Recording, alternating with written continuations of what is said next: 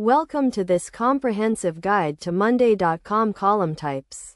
In this tutorial, we will walk you through the different types of columns available in Monday.com and how to use them effectively. First, let's start with the basics. Columns in Monday.com are used to store and display data in a board. There are several types of columns, each with its own unique features and uses. The first type of column is the text column. This type of column is used to store short text entries, such as names or descriptions. To create a text column, simply click on the Add Column button and select Text. Next, we have the number column. This type of column is used to store numerical values, such as quantities or amounts. To create a number column, click on the Add Column button and select Number. We also have the date column, which is used to store dates and deadlines. To create a date column, click on the Add Column button and select Date. Another type of column is the checkbox column. This type of column is used to store Boolean values, such as yes or no answers.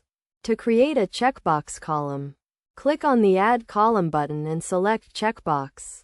In addition to these basic column types, Monday.com also offers several advanced column types, including the drop-down column, the tags column, and the link column. The drop-down column is used to store a selection of predefined options.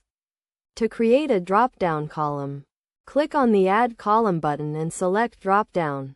Then, enter the options you want to include in the drop-down list. The tags column is used to store multiple values, such as categories or keywords. To create a tags column, click on the Add Column button and select Tags. Then, enter the tags you want to include. The link column is used to store links to external websites or files. To create a link column, click on the Add Column button and select Link. Then, enter the link you want to include. Best practices for using Monday.com column types include using the correct column type for the data you are storing, keeping your columns organized and concise, and using automation to streamline your workflow. By following these steps and using the different column types effectively, you can create a powerful and efficient workflow in Monday.com.